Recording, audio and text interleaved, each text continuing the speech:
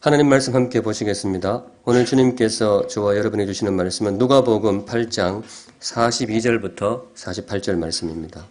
한 절씩 교독해서 읽도록 하겠습니다. 42절 제가 읽겠습니다. 이는 자기에게 12살 된 외딸이 있어 죽어감이라. 예수께서 가실 때에 무리가 밀려들더라. 이에 12해를 혈루증으로 앓는 중에 아무에게도 고침을 받지 못하던 여자가 예수의 뒤로 와서 그의 옷가에 손을 대니 혈루증이 즉시 그쳤더라. 예수께서 이르시되 내게 손을 댄 자가 누구냐 하시니 다 아니라 할 때에 베드로가 이르되 주여 무리가 밀려들어 미나이다. 예수께서 이르시되 내게 손을 댄 자가 있도다. 이는 내게서 능력이 나간 줄 알미로다 하신대. 여자가 스스로 숨기지 못할 줄 알고 떨며 나와 엎드려 그 손댄 이유와 곧 나은 것을 모든 사람 앞에서 말하니. 같이 읽겠습니다. 예수께서 이르시되 딸아 내 믿음이 너를 구원하였으니 평안히 가라 하시더라. 아멘. 네, 오늘 이 말씀으로 주님 주시는 교훈을 함께 받도록 하겠습니다. 오늘의 말씀은 예배입니다. 제가 제목을 잡기를 예배로 오는 길. 우리 신앙생활에서 예배가 차지하는 자리는 아무리 강조해도 지나치지 않을 것입니다. 신앙생활은 곧 예배생활이다. 그렇게 말을 해도 과언이 아닐 것이고 우리 신앙의 중심에 분명히 예배가 있습니다. 신앙이 건강하다는 것이 무슨 말이냐? 신앙이 건강하다는 것은 곧 그분의 예배가 건강하다는 것이고 신앙이 살아있다고 한다는 것은 무엇보다 그분의 예배가 살아있다는 의미일 것입니다. 거꾸로도 마찬가지이죠. 예배가 메마르면 신앙도 메마를 수밖에 없고 또 신앙이 힘을 잃을 때에 가끔 그럴 때가 있죠. 신앙이 힘을 잃을 때 그때 제일 먼저 나타나는 증세가 바로 예배가 힘을 잃게 됩니다. 우리의 신앙생활의 바로미터가 바로 예배다. 그렇게 말씀드릴 수 있겠습니다. 그런 의미에서 사랑하는 샘물교회 성도 여러분, 예배자가 되시기를 주님의 이름으로 축원드립니다. 네, 예배자가 되시면 좋겠습니다. 그 중에서도 진짜 예배자, 참된 예배를 경험하는 참된 예배자가 되시면 좋겠습니다. 나중에 이 설교 끝나고 그 찬양을 부르게 되겠습니다만은 예배를 예배되게 그런 찬양이 있죠. 그 앞에 교회를 교회되게 그 문구도 나오고요. 짤막한 가사인데 굉장히 묵직하고 어떤 면에서는 두려운 가사입니다. 예배를 예배되게 하소서. 행간에 숨은 뜻이 있는데 예배의 이름을 걸고 있지만은 예배에 어울리지 않는 그런 순간도 들어 있을 수 있다는 것이죠. 그런 의미에서 하나님 우리의 예배가 예배되게 하소서 그런 간구의 찬양이 되겠습니다. 우리를 향한 주님의 뜻 또 이 찬양에 담은 우리의 소원이 꼭 이루어지기를 바랍니다. 오늘 성경이 우리에게 예배자 한 분을 소개합니다. 귀한 예배자를 소개하시는데요. 보통 본문에 나오는 이 여자분을 혈루증 여인이다 그렇게 부르게 됩니다. 그런데 오늘은 제가 조금 다른 이름으로 부르고 싶습니다. 예배자다. 그렇게 불러도 될까요? 네, 충분히 그럴 수가 있습니다. 어떤 의미에서 그러는가 하면 오늘 이분이 주님 앞에 나옵니다. 예수님 앞에 나옵니다. 예배가 뭐냐? 예배가 바로 그거잖아요. 오늘 성도 여러분 누구 앞에 나오신 거죠? 주님 앞에 나오셨잖아요. 그것이 예배이고 그런 의미에서 오늘 본문에 나오는 이 여자분, 이 여인도 참 예배자였다. 그렇게 볼 수가 있겠습니다. 그런데 주님 앞에 나오는 이분의 걸음이 참 귀합니다. 그걸 같이 묵상하고 싶어요. 주님 앞으로 나온 이 여인의 마음가짐, 자세가 참 귀했습니다. 이 여인을 통해서 예배의 길, 예배자의 길을 묵상하실 때에 우리 안에 참된 예배가 임할 수 있기를 간절히 소망합니다. 그 소망 가지고 본문 안으로 들어가겠습니다. 우선 첫째, 귀한 예배를 위해서 우리가 필요한 것이 무엇이겠는가? 참된 예배를 위해서 주님께서 우리에게 요구하시는 것이 무엇이겠는가? 한번 마음에 새기는 의미에서 따라하시면 좋겠습니다. 기대하며 나아오라. 네, 예배로 나오는데 어떤 마음으로? 기대하며 나아오라. 예배를 향한 기대하는 마음으로 나오라. 주님을 향한 기대를 품고 나아오라. 예배를 예배되게 하는 제일 첫 걸음은 바로 기대입니다. 성도 여러분, 주님 앞에 나올 때에 마음속에 기대를 품고 나오시면 좋겠습니다. 오늘 이분이 그렇게 합니다. 이분이 참 귀한 예배자로 제가 소개시켜드리고 싶은 것은 이분이 주님 앞에 나올 때에 그렇게 나옵니다. 43절 보시면요.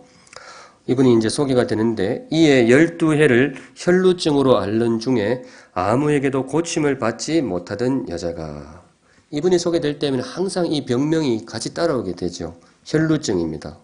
이름 그대로 피가 멈추지 않는 그런 질병입니다. 참 무거운 질병인데요. 불편하기도 하고 또 다른 사람들 보기에 부끄럽기도 하고 삶에 큰 짐이 되던 그런 병이었습니다. 아마 이분이 이걸 고치기 위해서 굉장히 애를 썼을 거예요. 아마 돈도 많이 썼을 것이고 발품도 많이 팔았을 겁니다.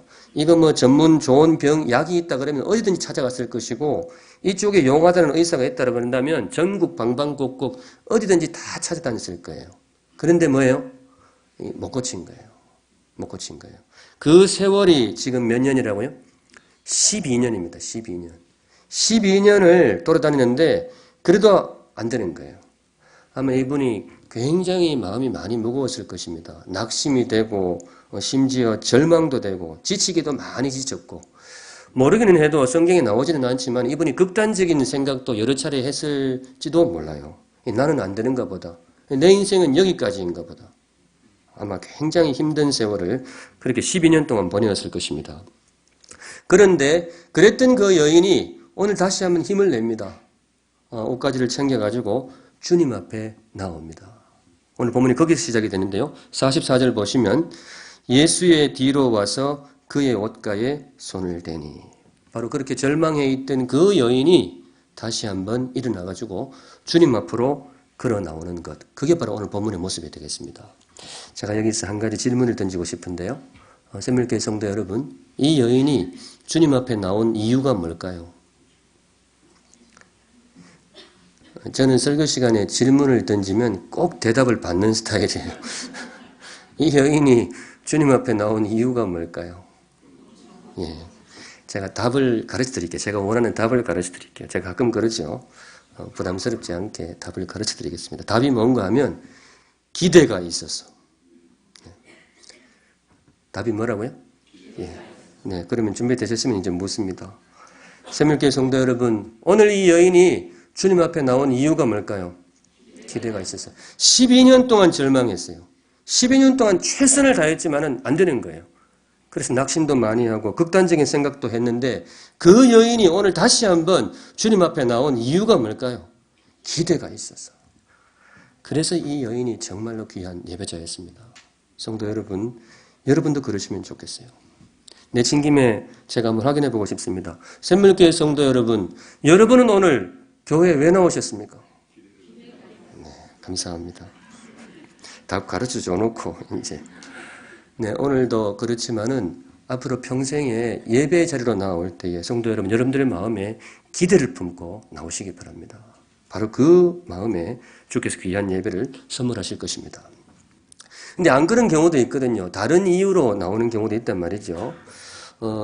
이건 제가 어디서 들은 이야기인데 실제 사건은 아닌 것 같아요. 누가 그냥 재미있게 만든 이야기 같은데 어느 주일 아침 목사님이 교회 마당을 이렇게 거닐고 있었어요. 마당 이야기를 하는 거 보면 이게 아마 이민교회에서 나온 이야기 같아요. 예배를 준비하면서 약간은 긴장된 모습으로 목사님이 예배를 준비하면서 교회 마당을 거닐고 있는데 마침 저 정문에 존경하는 장로님이 오시는 거예요. 그래서 좀 달려가가지고 반갑게 인사하면서 조금 상기된 목소리로 장로님, 오늘 교회에 왜 나오셨어요? 목사님이 바랬던 대답은 뭘까요? 기대가 있었어요. 이걸 이제 바라면서 그렇게 묻는데 장로님이 그 뉘앙스를 약간 오해를 하셨던가 봐요. 그럼 내보고 지금 나오지 말란 말이에요. 목사님이 왜 나오셨어요? 그러니까 그렇게 오해를 하셨던 거예요. 목사님이 약간 당황을 해가지고 그게 아니고 여차저차 이렇게 하니까 서로 이제 이야기가 되었는데 그래도 약간 목사님이 상처를 받았어요.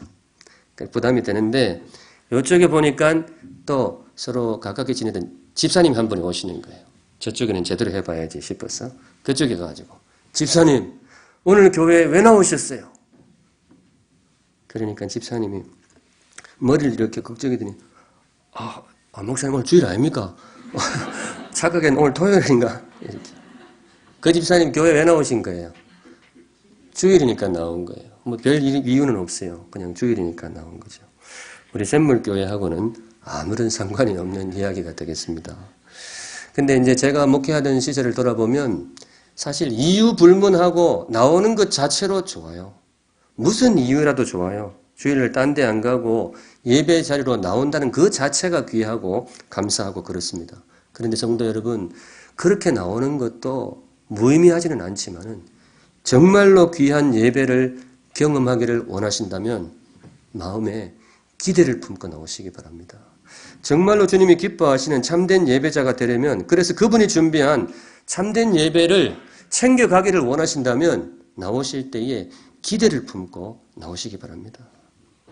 바로 그 기대에 주께서 귀한 예배를 담아주실 것입니다. 우리 주님은요, 그런 사람은 꼭 알아보십니다. 수많은 예배자가 몰려들고 있어도 그 중에서 마음에 기대를 품고 나오는 사람은 주님이 콕 찍어서 알아보십니다. 오늘 45절 한번 보실까요? 사실 굉장히 의미가 있는 구절인데 45절 자세히 의미를 새기면서 한번 읽어보겠습니다. 시작. 예수께서 이르시되 내게 손을 댄 자가 누구냐 하시니 다 아니라 할 때에 베드로가 이르되 주여 무리가 밀려들어 미나이다. 이 내용이 무슨 말인가 하면 예수님이 갑자기 그러시는 거예요. 베드로야, 지금 누가 내 몸에 손을 댔는데 내 옷자락을 누가 만졌는데 그게 누구냐? 그러니까 베드로가 좀 당황스러운 거예요. 주님, 지금 보다시피 사람들이 막 밀려듭니다. 한두 사람이 아니고 이 사람 저 사람 막 지나가는데 그러다가 누가 스쳤겠죠. 이렇게 대화가 오고 가는 거예요. 그런데 46절에 주님이 또 뭐라 그러시는가 하면 그 대답을 듣고도 이렇게 말씀하십니다. 예수께서 이르시되 내게 손을 댄 자가 있도다. 사실 이게 참 대화가 묘해요. 그리고 베드로 입장에서는 굉장히 답답할 수도 있어요. 분명히 지금 설명을 드렸잖아요. 주님, 한두 사람이 아닙니다. 지금 왼쪽 오른쪽으로 막 밀려들고 뭐 주님 어깨도 부닥치고 옷자락 스치고 다 그러고 지나가고 있습니다. 그거 듣고도 주님이 뭐라 그래요?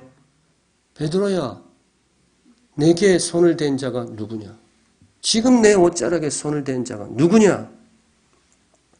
참 답답했을 거예요. 베드로 입장에서는. 그런데 왜 이런 대화를 주님이 이어가시느냐? 주님이 그걸 몰라서 묻느냐?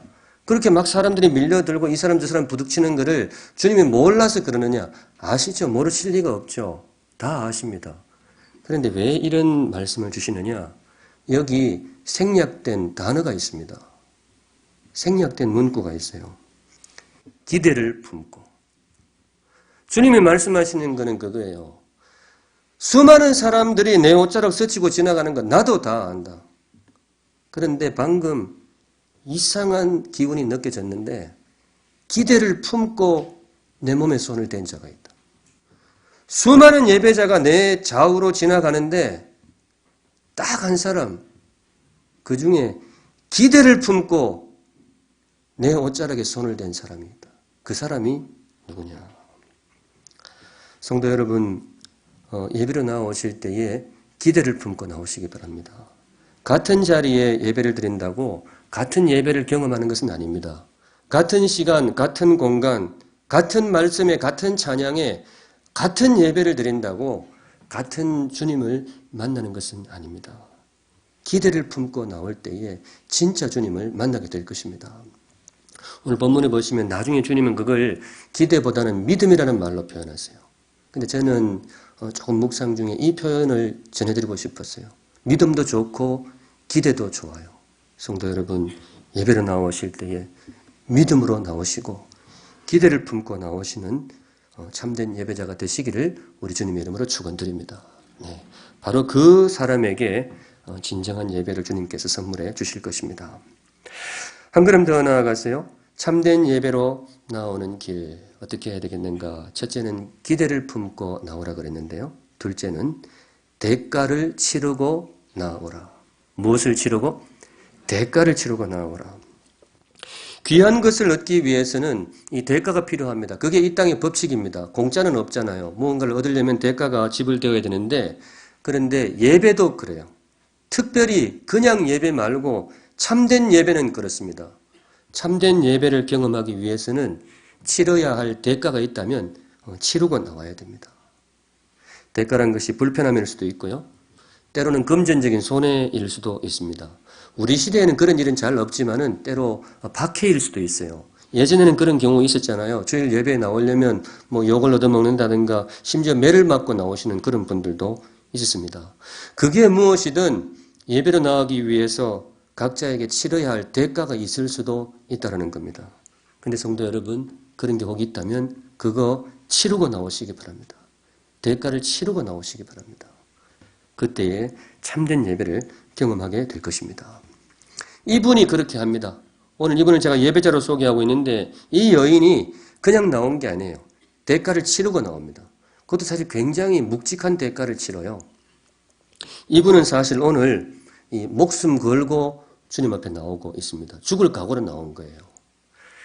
혈루증이라는 병이 좀 그랬어요. 다른 병하고 조금 다른 차원에서 더 무거운 병이기도 했는데 난치병이고 당시로서는 불치의 병인 그 점도 참 마음을 무겁게 하지만은 이 병에 특별한 것이 있는데 부정한 병이었습니다. 저주받은 병으로 통했어요. 그래서 이 병에 걸리면 그 사람 자체가 부정해진다고 간주를 했고 그분이 무언가를 만지면 그 물건도 부정해진다고 생각했어요. 그래서 이 병에 걸린 분은 동네로 들어오면 안 돼요. 사람 있는데 들어오면 안 돼요. 만일에 사람 사이에 들어왔다가 그게 발각이 되면 어떻게 되느냐? 이거 돌에 맞아 죽을 수도 있었습니다. 바로 그런 상황이었어요. 오늘 이분이 주님 앞에 나오는 걸음이 그렇게 가벼운 걸음이 아니었다는 거예요. 목숨을 걸고 나왔습니다. 물론 이분의 행동을 두고 조금 안 좋게 바라볼 수도 있어요. 그렇게 부정한 그런 병으로 간주되었다면 다른 사람한테 피해를 줄 수도 있는데 나오지 말았어야지. 왜 나와가지고 그러느냐. 뭐 그런 면도 없지 않아 있긴 있어요. 그런데 오늘은 그런 건 조금 제쳐두고 그냥 이 여인의 입장에서 좀 봐주고 싶어요. 이 여인의 마음을 좀 봐주고 싶습니다. 왜 그런지 하면 주님도 그렇게 봐주세요. 주님도 오늘 그거 안 따져요.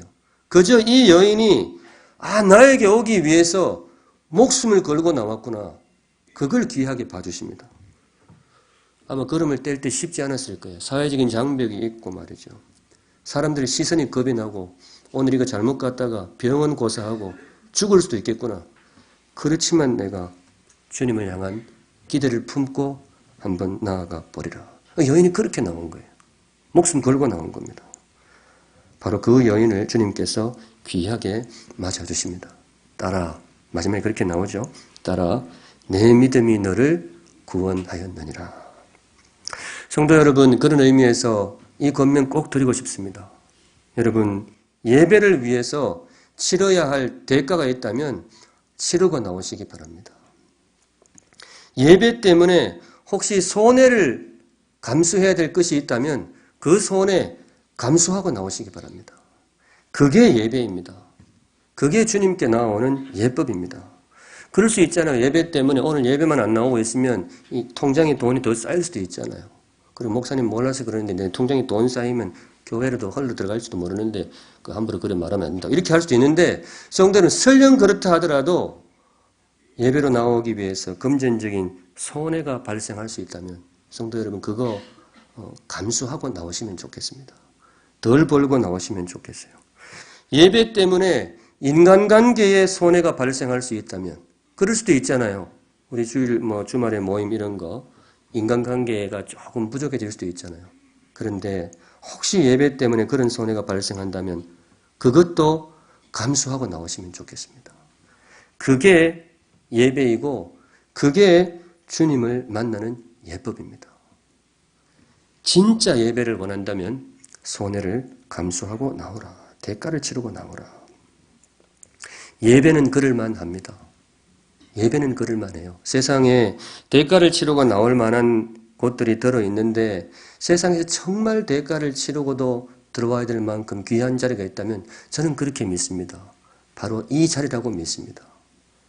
거룩하고 존귀한 하나님이 임재하신 이 예배의 자리, 대가를 치를 만하다. 그렇게 생각이 됩니다. 성도 여러분, 예배를 위해서 대가를 치러야 될 것이 있다면 치르고 나오시는 진짜 예배자가 되시기를 주님의 이름으로 축원드립니다. 네. 이 말씀도 꼭 드리고 싶어요. 우리가 예배를 위해서 대가를 치러야 된다.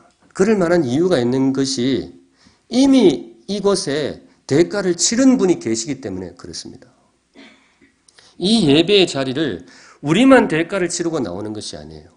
이 예배의 자리를 만들기 위해서 우리보다 훨씬 값진 대가를 치른 분이 이미 계십니다. 그분이 누구시겠어요? 우리 예수님입니다. 예수님이 당신의 목숨을 들여서 만든 자리가 바로 이 예배의 자리라고 믿으시면 됩니다. 신학적으로, 성경적으로 저와 여러분이 지금 예배드리고 있는 이 자리를 뭐라고 부를 수 있는가 하면 지성소라고 부르시면 틀림이 없습니다. 지성소. 아마 들어보신 단어일 겁니다. 구약시대 때 쓰는 용어인데요. 그 성전 혹은 성막이 있을 때 여러 가지 지점별로 이름이 있잖아요. 성막들도 있고 뭐 제단도 있고 또 거룩한 곳이라고 해서 성소라고 붙여진 곳도 있습니다. 그런데 그 앞에다가 정말로 거룩한 곳, 지극히 거룩하다고 지성소라고 불리는 곳이 있어요. 구약시대 때 성전에 제일 안쪽에 있었습니다. 제일 안쪽에. 그 곳에 뭐가 있는가 하면 우리가 잘 아는 법궤, 하나님의 언약궤가 그곳에 놓여 있었고 거룩하신 하나님의 임재가 늘 머무는 곳으로 그렇게 알려져 있습니다. 아무나 들어갈 수가 없어요.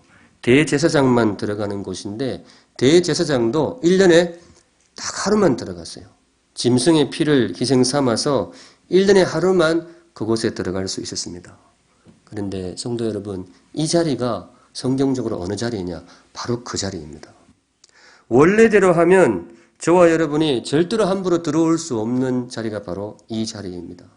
저와 여러분 같은 죄인들은 절대로 들어올 수가 없어요. 그런데 어떻게 해서 우리가 이 자리에 들어올 수 있게 되었느냐? 예수님이 목숨을 들여서 이곳의 문을 열어주셨기 때문에 그렇습니다. 예수님이 십자가에서 달리셔서 돌아가실 때 마지막 숨을 거두실 때에 성전에서 굉장히 기이한 일이 벌어졌어요. 휘장 하나가 있었잖아요. 그 휘장이 어떻게 되었죠? 휘장이 위에서 아래로 갈라져 가지고 둘이 되었더라. 이렇게 기록이 되고 있습니다. 근데 그 휘장이 어디에 있던 휘장이냐? 아까 말씀드렸던 그 지성소 앞에 있던 휘장이에요. 지성소로 가는 길을 가로막고 있던 육중한 휘장이 되겠습니다.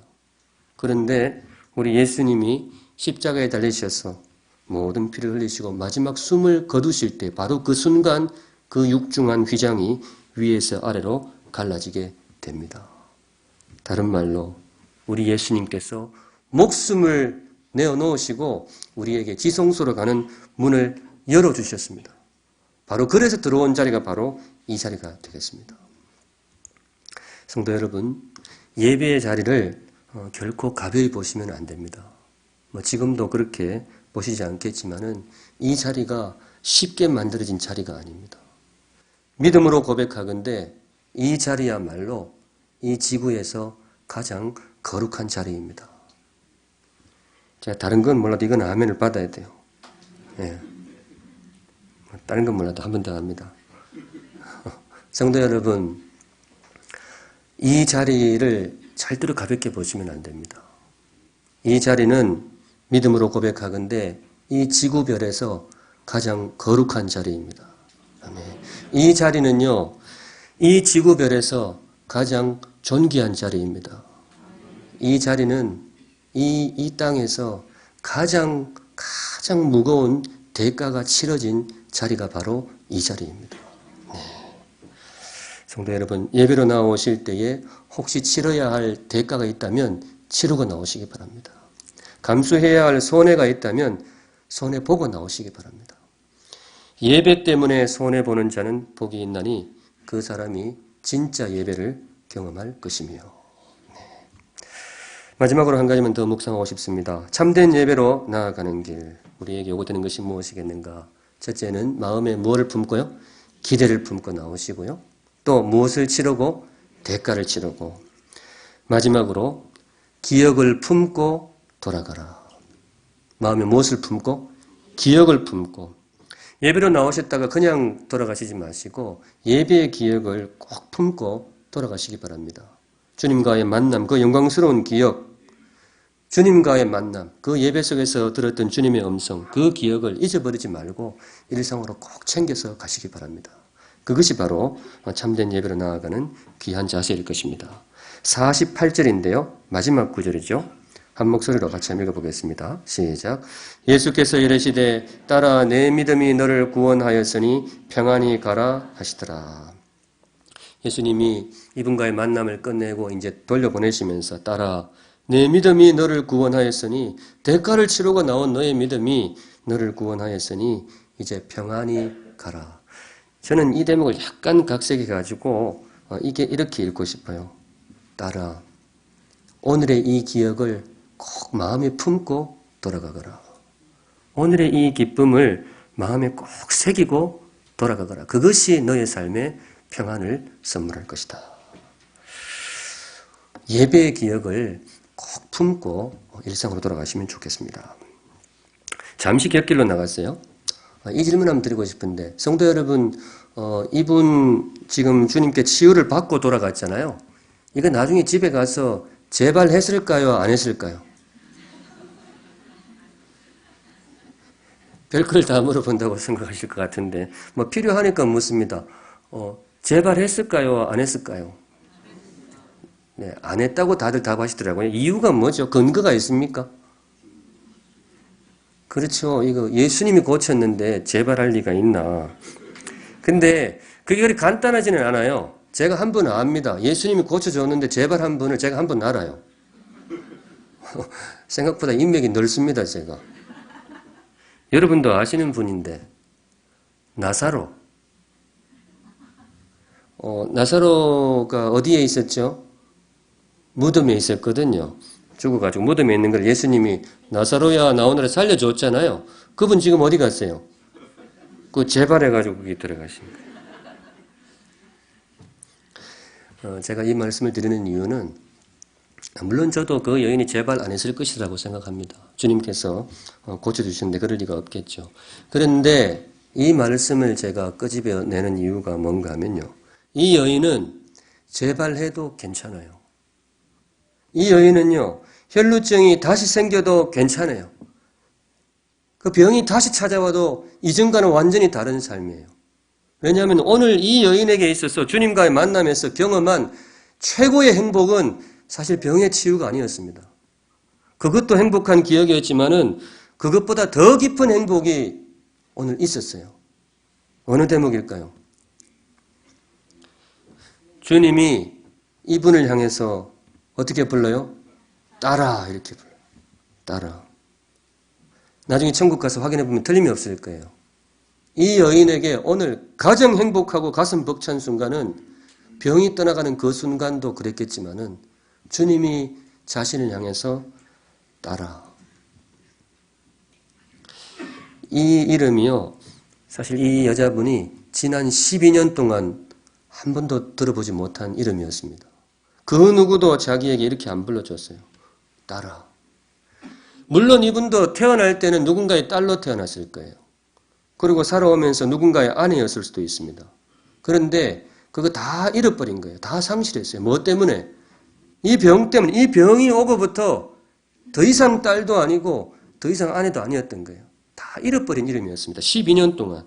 그래서 이분의 이름이 뭐냐? 여러분들 보통 이 여자분 부를 때 뭐라고 부르죠? 혈루증 여인이라고 불러요. 이거 어딜 가나 그래요. 전국교회 다 통일이 되어 있어요. 교파도 없고 교단도 없고 다 가면 혈루증 여인이에요. 생각하면 여러분들 좀 너무하잖아요.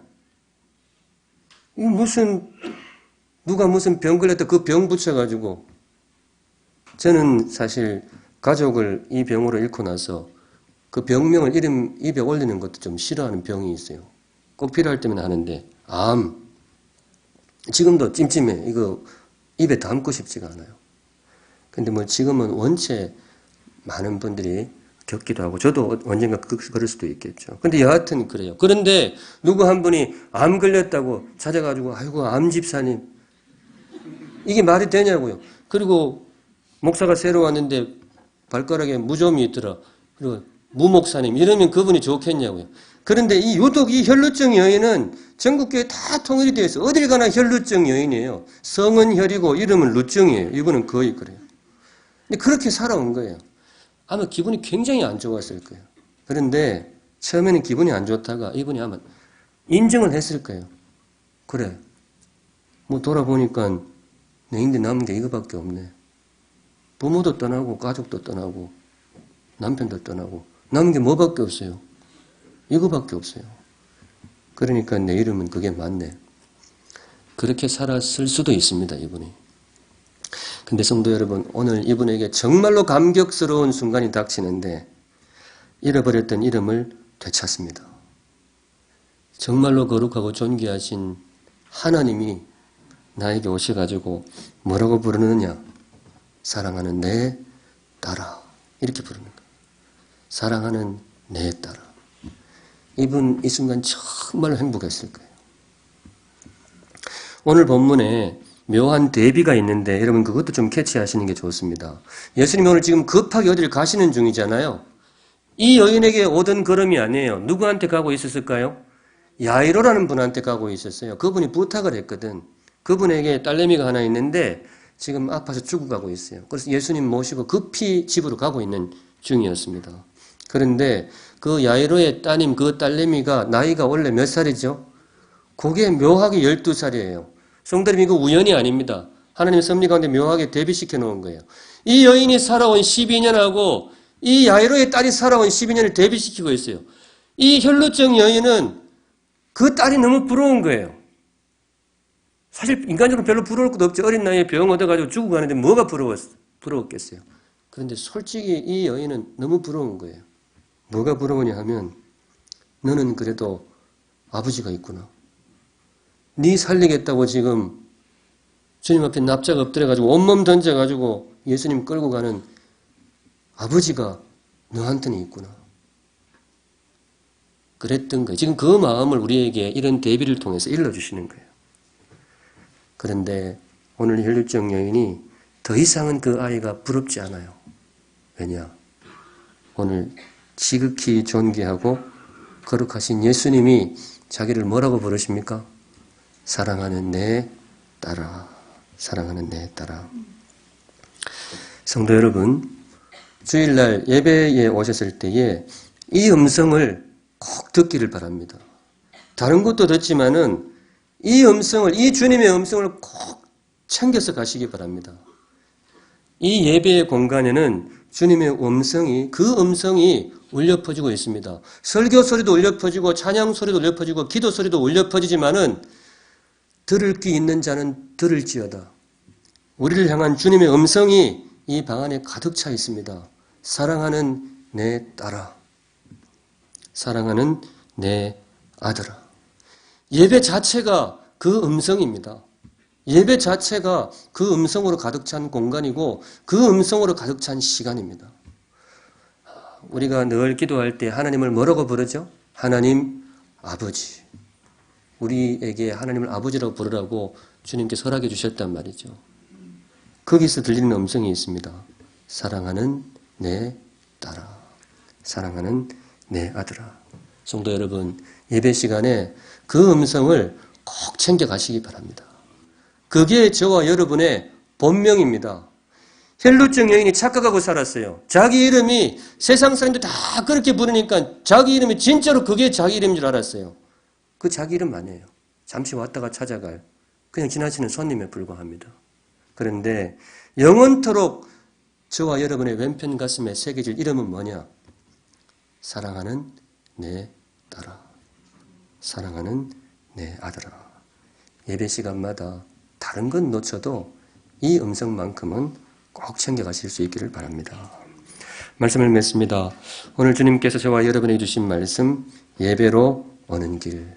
늘 예배를 들으시는데요. 샘물교회 성도 여러분, 진짜 예배자가 되시기를 주님의 이름으로 축원합니다. 네, 예배로 나오실 때에 기대를 품고 나오세요. 또 치러야 할 대가가 있다면 기꺼이 치르고 나오시기 바랍니다. 그리고 이 자리에 오셨을 때에 주님의 음성 꼭 듣고 가기를 바랍니다. 사랑하는 내 딸아, 사랑하는 내 아들아. 이 모든 말씀 다 합쳐서 참된 예배를 경험하는 복된 인생 되시기를 우리 주님의 이름으로 축원드립니다. 아멘. 기도하시겠습니다. 거룩하신 하나님 아버지, 주님께서 저에게 당부하신 말씀 사랑하는 샘물교회 성도들에게 전달하였습니다. 주님, 이곳에 임재하시는 줄로 믿습니다. 매 예배 시간마다 주님께서 친히 임재하시는 줄 믿습니다. 기대하며 나오겠습니다. 치러야 할 대가가 있으면 기꺼이 치르고 나오겠습니다. 주님의 음성 듣기를 원합니다. 주님의 자녀로 살기를 소원합니다. 우리 성도들 하나님께서 선물하시는 참된 예배를 경험하는 복된 인생들로 삼아 주시옵소서. 주신 말씀 감사하옵고 거룩하신 예수님의 이름으로 기도하옵나이다. 아멘. 하나님 앞에 나온 모든 아들, 딸들에게 사랑하는 아들아, 사랑하는 딸아 말씀하시는 좋으신 하나님 아버지, 이 시간에 가장 거룩한 하나님 앞에 나올 수 있게 하심을 감사드립니다.